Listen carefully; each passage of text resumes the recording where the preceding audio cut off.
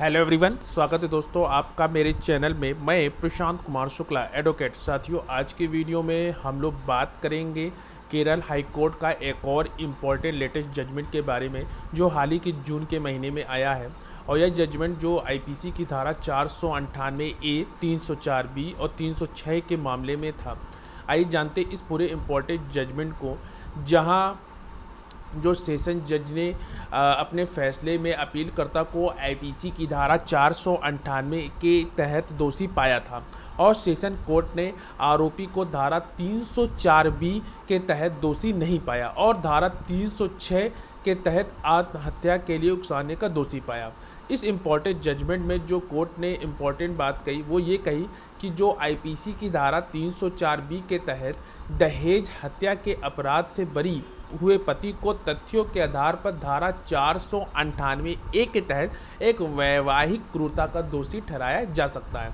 यह एक important judgement जो कि केरल हाई कोर्ट का आया है। आइए जानते इस पूरे इम्पॉर्टेंट जजमेंट को, इसके इम्पॉर्टेंट फैक्ट को। वीडियो शुरू करने से पहले अगर आप मेरे चैनल में पहली बार है, चैनल को जरूर सब्सक्राइब करिए, लाइक करिए, शेयर करिए और कमेंट करना तो मत भूलिएगा। अगर किसी केस से कोई भी क्वेरी हो तो कॉल पे भी अपना अपॉइंटमेंट बुक करा सकते हैं, उसका नंबर डिस्क्रिप्शन बॉक्स में दिया है। आइए शुरू करते हैं इस पूरे इम्पॉर्टेंट जजमेंट को, इसके इम्पॉर्टेंट फैक्ट को जानते हैं। केरल हाई कोर्ट ने माना कि सिर्फ इसलिए कि किसी भी व्यक्ति पर जो भारतीय दंड संहिता यानी कि आईपीसी की धारा 304B के तहत दहेज हत्या का आरोप लगाया गया और उसे बरी कर दिया गया, इसका मतलब यह नहीं है कि उसे वैवाहिक क्रूरता के लिए अधिनियम की धारा 498 के तहत दोषी नहीं ठहराया जा सकता।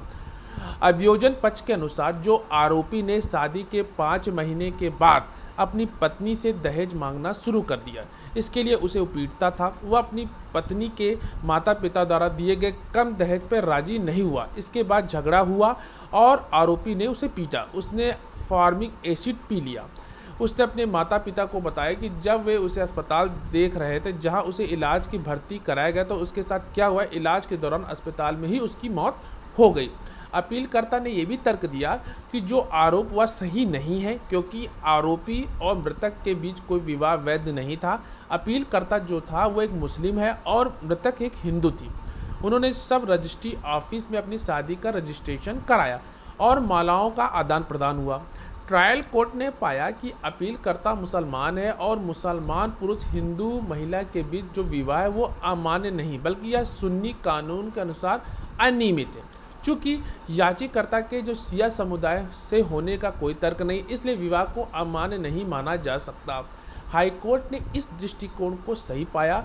इसके अलावा न्यायालय ने रीमा अग्रवाल बनाम अनुपम और ए सुभाष बाबू बनाम आंध्र प्रदेश राज्य के और सुप्रीम कोर्ट के निर्णयों का भी हवाला दिया, जिसमें ये कहा गया कि जो 498 तब लागू होगा जब पक्षकारों के भी वैवाहिक संबंध होगा।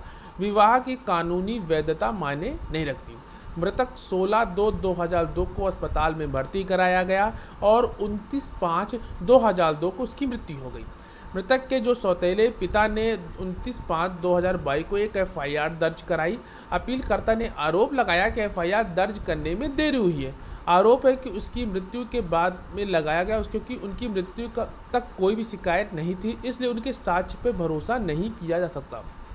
मृतक के सौतेले पिता और मां ने साक्ष्य दिया कि मृतका का जो गहन उपचार चल रहा था, उनकी मदद करने वाला कोई और नहीं था। न्यायालय ने इसे देरी के लिए स्पष्टीकरण के रूप में स्वीकार किया।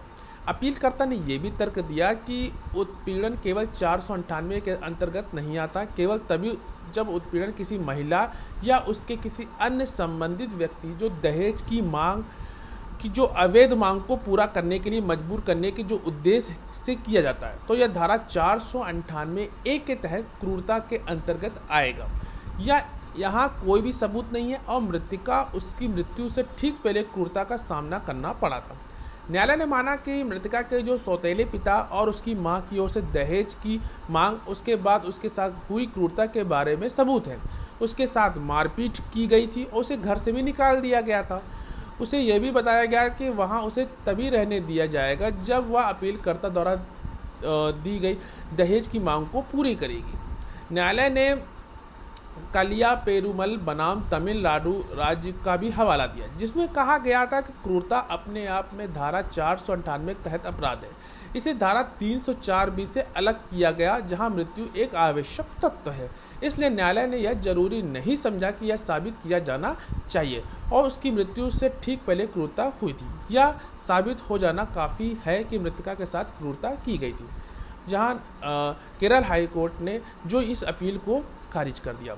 तो आशा करते हैं ये जजमेंट आपको समझ में आया होगा, इसके इम्पोर्टेंट फैक्ट को आपने समझा होगा, जिसमें ये बात आई कि आईपीसी की धारा 304 के तहत दहेज हत्या के अपराध से बरी हुए पति के तथ्यों को आधार पर 498 के तहत एक वैवाहिक क्रूरता का दोषी ठहराया जा सकता है। आशा करते हैं ये वीडियो अच्छा लगा, लाइक शेयर कमेंट करना तो मत भूलिएगा। अगर किसी केस से रिलेटेड कोई भी क्वेरी हो तो कॉल पे भी अपना अपॉइंटमेंट बुक करा सकते हैं, उसका नंबर डिस्क्रिप्शन बॉक्स में दिया है। मिलते हैं एक नेक्स्ट वीडियो में, तब तक के लिए धन्यवाद।